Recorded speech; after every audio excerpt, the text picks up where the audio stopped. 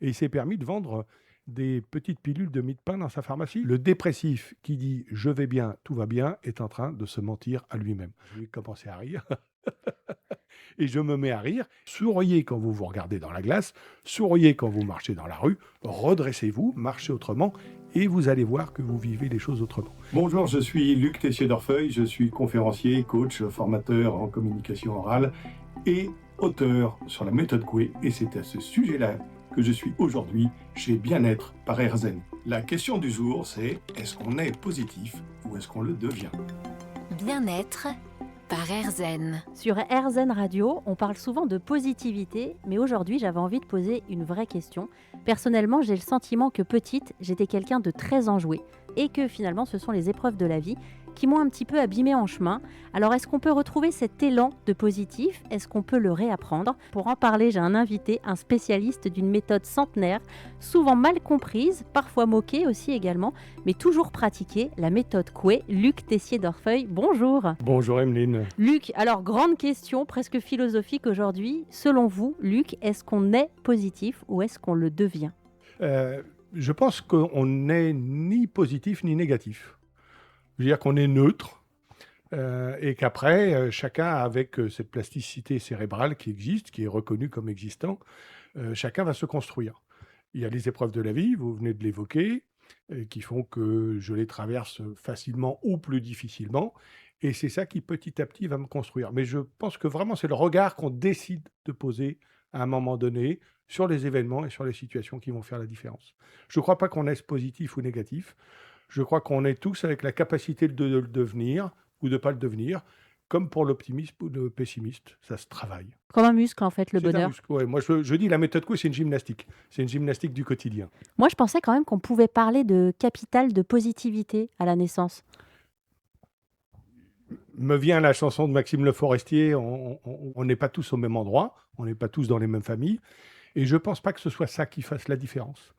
Et par rapport à cette chanson, c'est sûr qu'aujourd'hui, les enfants qui naissent, je vais prendre un exemple en Ukraine, ils ont peut-être moins de facilité que ceux qui naissent aujourd'hui en région parisienne. Et en même temps, s'ils sont nés, c'est que les parents y croient, c'est que les parents restent optimistes, et on s'aperçoit que la plupart des pays optimistes, tous les pays optimistes, ou les plus optimistes, sont ceux où c'est le plus difficile en ce moment. Parce que ça ne peut pas être pire. Alors que nous, Français, nous sommes dans les derniers de la classe, dans l'optimisme, parce que beaucoup de gens vont vous dire c'était mieux avant. Et ça, on pourra en parler. Alors justement, on va en parler aussi avec vous de cette notion de positivité, puisque vous êtes expert dans la méthode Coué, dont on a tous entendu parler, souvent de manière quand même, il faut le dire, un peu caricaturale. Concrètement, c'est quoi la méthode Coué? Bien, la méthode Coué, c'est une méthode qui a été inaugurée, lancée, inventée, créée par un homme, Émile Coué. Et ça, les gens ne le savent pas forcément. Et Émile Coué, il était pharmacien. Et c'est dans sa pharmacie qu'il a développé petit à petit, progressivement, son approche. Pharmacie qu'il a fréquentée très jeune, puisqu'il a été un jeune étudiant pris alors qu'il n'était pas encore majeur, hein. Très rapidement, son patron a découvert qu'il avait une approche très positive avec les clients et que les clients étaient ravis d'être servis par lui. Et il a pris conscience de l'importance des mots et de la manière dont il parlait à ses clients. Et c'est pas du tout pareil si vous avez un médicament à prendre et qu'on vous dit « Ah ben alors ça c'est une nouvelle molécule, elle est extraordinaire », ou si on vous dit bon, « Tu sais, ce truc-là, ça n'a pas beaucoup d'effets. Hein. » Et puis ça a surtout beaucoup d'effets secondaires. Vous ne prenez pas le médicament avec le même état d'esprit. Ça revient à cette idée en fait de penser positif, c'est-à-dire qu'il n'y a qu'à voir quand on va chez le médecin, parfois simplement le fait d'être face au médecin, on se sent un petit peu mieux généralement. Oui, je me demande si c'est pas encore plus vrai chez le dentiste quand on entend le bruit de la roulette. On se dit tiens, j'en ai plus besoin. Oui, bien sûr. Et d'ailleurs, Émile Coué disait qu'il était le meilleur ami des médecins et que l'attitude des médecins comptait énormément. Cette approche, elle existe depuis 100 ans. En fait, nous fêtons en 2026 les 100 ans du décès d'Émile Coué. Et j'aime à dire que finalement, ça fait 100 ans de méthode Coué. C'est-à-dire que tant qu'il était vivant, c'était la méthode d'Émile. C'est lui qui la pratiquait et que ça l'a dépassé, ça lui a survécu et qu'aujourd'hui, elle est encore pratiquée, elle a encore beaucoup de sens. Il a pris conscience de l'impact de la parole. Donc ça, c'est l'effet placebo, le placebo étant le produit lui-même. Et il s'est permis de vendre des petites pilules de mie de pain dans sa pharmacie, les pilules du docteur Coué. Mais le placebo, il n'en est pas l'inventeur. On en parle chez les médecins des rois, on en parle aussi chez les philosophes grecs. Donc, ce n'est pas une nouveauté, Mais lui a vraiment traduit ça comme une approche et une méthode qu'on peut appeler aujourd'hui méthode de développement personnel. Alors pourquoi est-ce que selon vous, une méthode quand même qui a plus de 100 ans fonctionne encore aujourd'hui? Parce qu'elle est juste, parce qu'elle repose sur des choses qui aujourd'hui sont corroborées par les neurosciences et qu'elle est simple, hein. Contrairement à des tas d'approches de développement personnel très compliquées où il y a des tas de choses à faire, finalement, il y a un outil. C'est une méthode avec un outil qui est l'autosuggestion. L'autosuggestion consciente. C'est ça qu'a développé Émile Coué. Et une méthode avec un outil, ça se pratique beaucoup plus facilement que des méthodes très compliquées. C'est quoi ça, l'autosuggestion consciente? La meilleure réponse, c'est la définition que proposait Émile Coué, c'est l'implantation d'une idée en soi-même par soi-même. C'est qu'est-ce que je me raconte, qu'est-ce que je me dis. Vous imaginez bien qu'un jeune étudiant qui part faire un examen ou un concours, s'il se dit ça va pas bien se passer, il se donne moins de chances de réussir que s'il se dit ça va bien se passer. Toute pensée que nous avons en tête devient réalité dans la limite du raisonnable. Ça, c'est un des postulats de la méthode Coué. Toute pensée que nous avons en tête devient réalité. Et la limite du raisonnable, c'est important. Et là, ça fait peur, hein, parce que je fais un petit état des lieux de mes pensées. Je me dis, si elles deviennent toutes réalité, je ne sais pas ce qui va se passer dans le reste de la journée, là. Je veux pas être dans votre tête, Emeline, mais je serais intéressé de savoir quelles sont ces pensées. Non, vaut Oui. mieux pas, Luc, on en a pour des heures et c'est un peu troublant par Mais, moment. mais c'est intéressant, c'est-à-dire que je dois prendre conscience à un moment donné de mes pensées, de mon regard. Quel regard je porte sur les choses? Est-ce que je me dis je vais m'en sortir ou est-ce que je me dis bon, allez, je laisse tomber, c'est pas possible. Voilà, c'est des choses, je pourrais avoir des exemples très précis là-dessus, mais toute pensée que nous avons en tête devient réalité. Si je reprends mon exemple, hein, c'est important par rapport à ce qu'on peut dire et comment on moque la méthode Coué, dans la limite du raisonnable, nous rappelait Émile Coué. Et ça, c'est important. Si je reprends l'exemple de mon étudiant, s'il a fait la fête toute l'année, s'il n'a pas révisé, s'il n'a pas travaillé et qu'il y va en disant oh, ça va bien se passer, non, ça ne se passera pas bien. Même sur un malentendu, comme dirait Jean-Claude Duss. C'est pas possible. Donc ça nécessite aussi de mettre des choses en œuvre. Ça nécessite d'agir. Les choses ne viennent pas toutes seules. Je ne vais pas penser devenir riche et gagner au loto si je ne joue pas au loto, par exemple. Ça n'est pas possible. C'est important les subtilités que vous venez d'apporter, Luc Tessier-Dorfeuille. Pourquoi? Parce que cette méthode, elle est souvent moquée, à cause notamment d'un sketch de Danny Boone, hein, qui date quand même un petit peu. Là, vous allez pouvoir vous situer un petit peu dans le temps. Si vous ne connaissez pas ce sketch, c'est que vous êtes jeune. Bravo à vous. Mais c'était un sketch où on l'entendait dire « je vais bien, tout va bien ». Et quand on parle méthode Coué, on a souvent l'impression que la pensée positive, c'est ça. Donc moi, j'aime bien y mettre de la nuance. Il n'y a pas de magie dans la méthode Coué. Il n'y a pas du tout de magie dans la méthode Coué. Et moi, j'aime beaucoup parler de ce sketch, hein. Je suis de la génération qui a bien connu Danny Boone et qui l'apprécie. Je vais bien, tout va bien, je suis gai, tout me plaît. Voilà, c'est le début du sketch. Et ce qui est extraordinaire dans ce sketch, et en fait, je vais dire, ça va avec la méthode Coué et ça corrobore ce qui vient d'être dit, c'est qu'en l'occurrence, dans ce sketch, Danny Boone joue magnifiquement bien d'ailleurs un dépressif. Le dépressif qui dit « je vais bien, tout va bien » est en train de se mentir à lui-même. Donc ça, c'est pas de la méthode Coué. Ça n'est pas possible. Et d'ailleurs, ça renforce même le fait qu'il ne va pas bien, parce qu'au moment donné où je me dis « je vais bien, tout va bien », si j'ai la 42 fièvre, une migraine énorme, mon inconscient va me dire « mais Luc, pourquoi tu dis un truc pareil? Ça n'est pas vrai, tu vas pas bien du tout. » Et je vais finalement renforcer le fait que je ne vais pas bien. Dire je me soigne, je vais aller mieux, c'est possible que j'aille mieux, je fais ce qu'il faut pour être en forme le week-end prochain, je prends les médicaments qui vont bien, je vais voir le médecin et j'irai mieux, ça c'est raisonnable quand on est malade. Alors comment on fait la différence justement entre positivité et fuite de la réalité? Il faut l'affronter, la réalité, et c'est qu'est-ce que j'en fais. Alors, je vais donner un exemple très précis, Emeline. Et c'est en lien directement avec notre sujet. Je sors un nouveau livre pour le centenaire de la méthode Coué. Ce livre devait sortir le 5 janvier. Il n'est toujours pas sorti. J'ai un petit souci pratique et technique. Il va sortir. Je sais qu'il va sortir. Là, j'affronte depuis quelques jours une situation qui n'est pas du tout agréable pour moi. Mais je ne peux pas nier cette situation. Si je dis « bon, ben, c'est comme ça », je dois affronter cette réalité. La réalité, c'est que du coup, j'annonce que la sortie est décalée. Voilà. Je suis obligé de faire avec ça. C'est pas une joie, c'est pas un plaisir, mais c'est la réalité. Je sais qu'il va sortir. J'ai mon plan A que je continue de travailler. Je n'avais pas de plan B. Je suis en train de travailler sur le plan B. Et je sais que ça se fera. Je sais que ça se fera. Mais il y a cette notion quand même de travail, ça se travaille toujours la Mais ça se positivité. travaille et ça nécessite, pour lancer le plan B, ça veut dire que j'y crois encore. C'est-à-dire que je ne laisse pas tomber. Moi, la question que je me pose aussi autour de la positivité, c'est comment est-ce qu'on fait quand on a traversé des épreuves qui nous ont abîmés pour redevenir positif malgré tout, ou pour le rester? Je crois que chacun d'entre nous, à son niveau, traverse des épreuves. Ça peut être des petites épreuves, ça peut être des grandes épreuves. Il y a des gens qui traversent des épreuves très douloureuses, très pénibles. Je pense à un jeune couple que je connais bien qui a perdu son premier enfant. C'est pas un truc facile. C'est pas dans la nature des choses. Ça n'est pas normal. C'est la justesse. Ça serait que les parents partent avant les enfants. Comment est-ce qu'on traverse ça? Je ne l'ai pas traversé. Je peux dire que ces gens-là ont su le traverser à un moment donné. C'est qu'est-ce que je fais d'un événement qui est douloureux, qui est difficile? Bien sûr, ça met du temps. Je cite Philippe Croizon. Philippe Croizon, il a fait l'ouverture de notre deuxième congrès international de la méthode Coué. Philippe Croizon, pour ceux qui ne se souviennent pas de qui il est, c'est l'homme qui a été tétra-amputé, donc il n'a plus de bras, plus de jambes, à la suite d'une électrocution.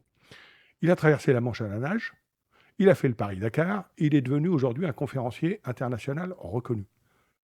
Évidemment que quand il était à l'hôpital et qu'il s'est réveillé du coma artificiel dans lequel on l'a mis et qu'on lui a expliqué qu'on lui avait coupé des membres et que peut-être on couperait ce qui resterait parce que ça s'est pas fait d'un coup, ça n'a pas été facile. Et il le dit lui-même, il est passé par le trou, il est passé par le creux, il est passé par l'envie de disparaître, de ne plus exister, de se suicider. Il en parle.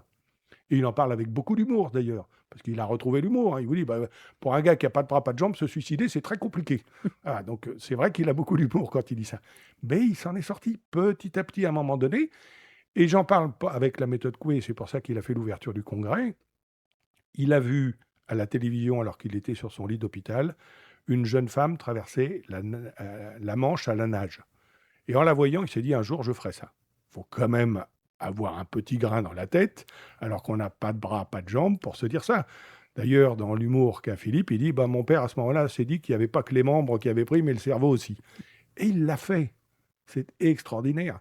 Alors, c'est un exemple parmi d'autres. Et je peux te citer plein de gens que j'ai contactés, que j'ai vus, que j'ai rencontrés, que j'ai fait témoigner dans un de mes ouvrages, ma Bible de la méthode Coué, sur cette capacité de résilience qu'ils ont eue à un moment ou à un autre. Moi, j'ai un petit peu de mal parfois avec certaines méthodes de développement personnel lorsqu'elles sont, vous savez, trop théoriques. Selon vous, en quoi la méthode Coué peut nous aider à nous relever quand la vie nous fait un petit peu tanguer? Eh bien, avec cet outil, qui est l'outil d'autosuggestion consciente et qui nécessite, ça demande un effort.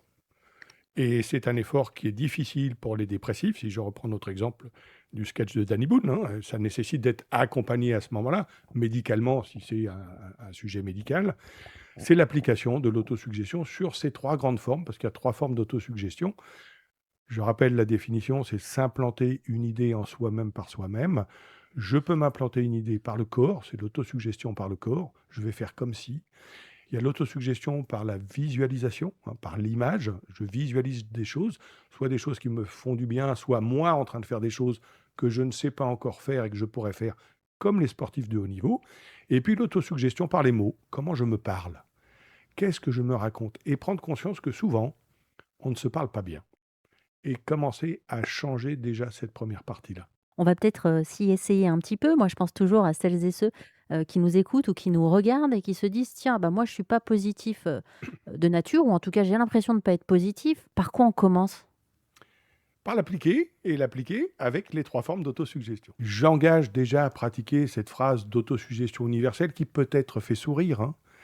Tous les jours, à tout point de vue, je vais de mieux en mieux. Voilà la phrase d'autosuggestion qu'Émile Coué proposait de se répéter 20 fois de suite à voix haute. Et comme il s'adressait à des gens qui ne savaient pas forcément compter, il avait proposé une petite cordelette à nœuds, un peu comme un mantra ou un chapelet, comme une prière. Il disait d'ailleurs réciter ça comme une litanie. J'engage nos auditeurs à le tester pendant 10 jours.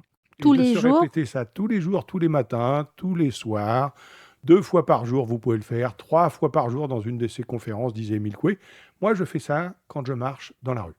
Vous pouvez le faire sous la douche. L'idée, c'est de même pas penser à ce que vous êtes en train de dire. Et il y a une approche de développement personnel qui est connue, reconnue, qui aujourd'hui est au niveau grade 5, grade 6, c'est la PNL. Je ne sais plus à quel niveau on en est aujourd'hui, il y a des grands spécialistes. Richard Bandler, l'un des deux fondateurs de la PNL, cite Émile Coué dans ses sources. La PNL, c'est quoi? Programmation neuro-linguistique. comment je programme mes neurones avec mon langage. Donc déjà, je propose de se répéter cette phrase. Tous les jours, à tout point de vue, je vais de mieux en mieux. Et de se la dire. L'idée, c'est quoi? C'est de remplir son cerveau de cette phrase positive. Un exemple qui avait été pris à l'époque pour comparer Freud et Coué. Ils sont de la même époque et ils ont tous les deux fréquenté l'école de Nancy du docteur Bernheim et du docteur Liébaud. Bien entendu que ça peut être utile de faire une thérapie, hein. Je ne mets pas en cause la thérapie. Mais il donnait l'exemple d'une bassine d'eau sale. Il y a de l'eau sale. La pratique de Freud, c'est de comprendre pourquoi l'eau est sale et de petit à petit aller chercher les grains, aller nettoyer l'eau comme ça avec des filtres au fur et à mesure. L'approche de Coué, cet exemple date d'il y a un siècle, c'est incroyable. C'est de remplir cette bassine avec des brocs d'eau propre. À force de remplir avec des brocs d'eau propre, ça déborde, ça déborde, ça déborde, et on finit par avoir de l'eau propre. Ces deux approches qui sont différentes, ces deux approches qui sont complémentaires, je répète ici que les deux valent la peine. Je ne vais pas jeter les thérapeutes et les travaux de Freud, mais ces deux approches qui sont différentes. Je vais me le répéter et à un moment donné, ça va contrer toutes mes pensées négatives. Donc ça, c'est une première approche. Autre approche, c'est par le corps. Je peux décider de sourire tous les jours, de sourire à la vie. Et il y a une étude qui nous a démontré que de sourire pouvait faire baisser le niveau de stress. Et même si on se force, c'est ça qui est incroyable dans cette étude. L'étude est la suivante, il y avait deux types de stress, un stress physique et un stress mental. Le stress mental, il s'agissait pour des droitiers de reproduire une forme géométrique de type étoile, non pas avec la main droite, mais avec la main gauche. Ils ne voyaient pas ce qu'ils dessinaient, mais ils le voyaient à travers un miroir. Donc ça fait un gros switch pour le cerveau. Un, je vois pas ma main. Deux, les choses que je fais font à l'envers de ce que j'ai l'habitude de faire, avec une main qui n'est pas celle que je maîtrise le mieux. Et on a mesuré le niveau de stress des individus. Une population, comme nos auditeurs qui nous écoutent, tension sanguine, pression, taux de cortisol, etc., etc. Ensuite, on divise le groupe en deux. On fait faire la gueule à certains et on fait sourire les autres. Comment? Alors, je n'ai pas ce qu'il faut pour le faire là devant nos auditeurs avec un petit crayon. Pour ceux qui font la gueule, on leur demande de tenir ce petit crayon, et nos auditeurs peuvent le faire, entre la lèvre supérieure et le nez. Voilà, comme ceci, ça fait faire un visage un peu renfrogné. L'autre groupe, on leur demande de tenir ce stylo, ce bic, cette petite baguette en bois, au niveau de la bouche et le plus au fond possible. Donc, ça fait vraiment forcer le sourire. Donc, c'est mécanique, c'est purement mécanique. Le résultat des courses, c'est ceux qui font la gueule, en tout cas qui ont le visage renfrogné, parce qu'ils ne savent pas qu'ils font la gueule, en refaisant ces exercices, sont plus en stress que quand ils ne le faisaient pas. Et ceux qui sourient sont moins en stress que quand ils ne le faisaient pas. Et donc beaucoup moins en stress que ceux qui font la gueule. Ça veut dire déjà que quand j'aborde un événement qui me stresse, ça peut être une interview radio par exemple, eh bien je vais décider de sourire. Le simple fait de sourire va faire baisser mon taux de cortisol. Ça c'est mécanique, c'est extraordinaire. Et j'engage là nos auditeurs à décider de sourire. Souriez quand vous vous regardez dans la glace, souriez quand vous marchez dans la rue, redressez-vous, marchez autrement, et vous allez voir que vous vivez les choses autrement. Les comédiens le savent parfaitement. Ils font comme si, ils jouent un rôle. Le comédien, il fait comme s'il pleurait, et petit à petit, les larmes vont monter, l'émotion va se créer comme ça. Et c'est pareil pour le rire. Je vais commencer à rire, et je me mets à rire, et je ne vais pas vivre la même chose. Et ça va physiologiquement me faire du bien. Donc voilà l'autre approche. Et la troisième, c'est l'autosuggestion par l'image. Je peux le faire avant un événement important. Moi, je fais de la formation à la prise de parole en public. Je propose toujours à mes stagiaires, avant une prise de parole importante, de visualiser quelque chose qui leur fait du bien. Ça peut être au hasard la forêt de Fontainebleau, ça peut être mes petits-enfants, quelque chose qui me fait plaisir et qui me génère un état de sérénité, parce que c'est ça que ça va générer, cette image. Et puis l'autre option que j'évoquais tout à l'heure, c'est l'option utilisée par les sportifs de haut niveau. Je me vois en train de faire la chose. Je me vois en train de prendre la parole comme j'ai envie de le faire, avec aisance, avec force, avec charisme. Je me vois en train de faire ça comme le sauteur en hauteur se voit en train de passer au-dessus de la barre, une barre qu'il n'a peut-être jamais passée. Mais son cerveau a l'impression à ce moment-là qu'il sait déjà le faire, et ça lui donne la capacité comme ça de dépasser des records qu'il a battus lui-même. Alors c'est intéressant parce que depuis tout à l'heure, moi je suis quelqu'un de très à l'écoute de mes émotions et toutes les émotions. C'est-à-dire que la colère, la tristesse, le dégoût, je leur laisse aussi de la place. Et là, je me dis, bah mince, les pauvres cocottes, alors dans cette méthode, elles deviennent quoi ces émotions qui, malgré tout, sont là, même si on se force à sourire, même si on se visualise de manière positive et même si on a des pensées positives, ces émotions, qu'est-ce qu'on en fait? Elles sont là. Elles sont là et elles sont nécessaires et utiles. Nécessaires, utiles à tous. Je suis passé, moi, par la case comédien, donc je sais combien les émotions, c'est important, et je vis, comme vous, toutes les émotions. Alors, on peut décider de combien il y en a. Certains vont dire c'est 5 essentiellement. On retrouve ça dans le magnifique film Vice Versa, hein, cette bande dessinée que j'engage à regarder autour des émotions. Elles sont nécessaires. Elles sont nécessaires. Et quand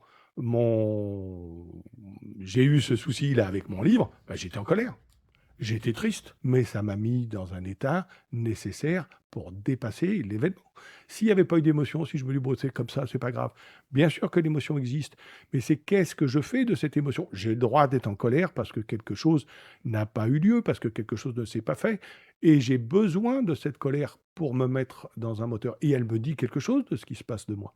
Ma tristesse, de la même manière, c'est que j'ai besoin d'être consolé. Consolé comment? En trouvant une solution. Je suis en colère, j'ai peut-être besoin d'être rassuré qu'à un moment donné, la chose va être réglée, ça va bien se passer. Les émotions sont un vrai signe, elles sont nécessaires, ça fait partie de la vie. Et bien sûr que je dois les accueillir, mais c'est qu'est-ce que j'en fais? Est-ce que je reste avec la rage, je suis pas content, ils me font pas confiance, c'est pas normal. Et moi, à ce moment-là, l'émotion, elle me gagne, mais elle ne sert plus à ce qu'elle est sa vocation première, qui est un signal. Il y a une autre étude qui a été faite, ça n'est qu'une étude, mais c'est intéressant. Elle a donné en tout cas le titre à toute une collection, c'est 21 jours. 21 jours pour adopter un nouveau comportement.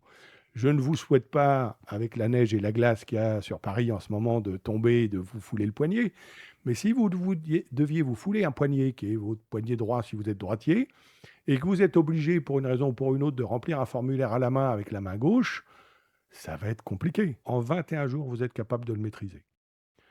Nos auditeurs peuvent s'amuser à ça, se laver les dents ce soir ou après le repas avec la main opposée, c'est très compliqué au début.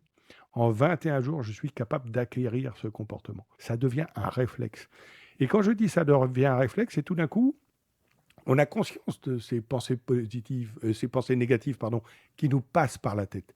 Elles existent et c'est normal qu'elles existent. Ça fait partie de la vie. Et puis, il suffit, alors, pas quand on écoute RZN Radio, mais il suffit de brancher On va pas donner de nom, mais certains médias pour déprimer dans sa voiture. Et qu'est-ce que je décide d'entendre autrement? Qu'est-ce que je décide de faire autrement? Et parce que je prends conscience de ces petites voix négatives, je me dis, OK, j'ai encore une petite crainte, j'ai peut-être de l'appréhension, j'ai peut-être de la peur, j'ai peut-être de la colère, j'ai peut-être de la tristesse. Je fais quoi de ça? Comment je transforme ça? Et c'est de la gymnastique. Je ne dis pas que c'est facile. Ceux qui vont à la piscine tous les matins sont courageux, même quand ils font ça, quand il y a de l'hiver et qu'il fait froid. Mais ils le font. La méthode Coué, c'est pareil. C'est comme de la gymnastique, c'est comme cet effort que l'on fait tous les jours. merci beaucoup, Luc Tessier-Dorfeuille. Je rappelle que vous publiez 100 ans de méthode Coué à l'occasion du centenaire d'Émile Coué, justement, pour celles et ceux qui veulent encore aller plus loin sur le sujet. Au fond, la question, c'est peut-être pas de savoir si on est positif ou pas. La vraie question, c'est est-ce qu'on peut apprendre à aller un peu mieux avec ce que l'on vit? Être positif, ça n'est pas nier ce qui ne va pas, c'est apprendre à faire autrement. Dans Bien-être par RZN, c'est exactement ce qu'on essaye de faire. Aller à la rencontre de celles et ceux qui nous veulent du bien au quotidien pour démêler, tenter de comprendre, avancer sur ce chemin, parfois un peu sinueux qu'est la vie, et découvrir qu'il existe plein d'outils pour nous y aider. C'était Bien-être par RZN sur RZN Radio. Merci Luc. Merci Emeline.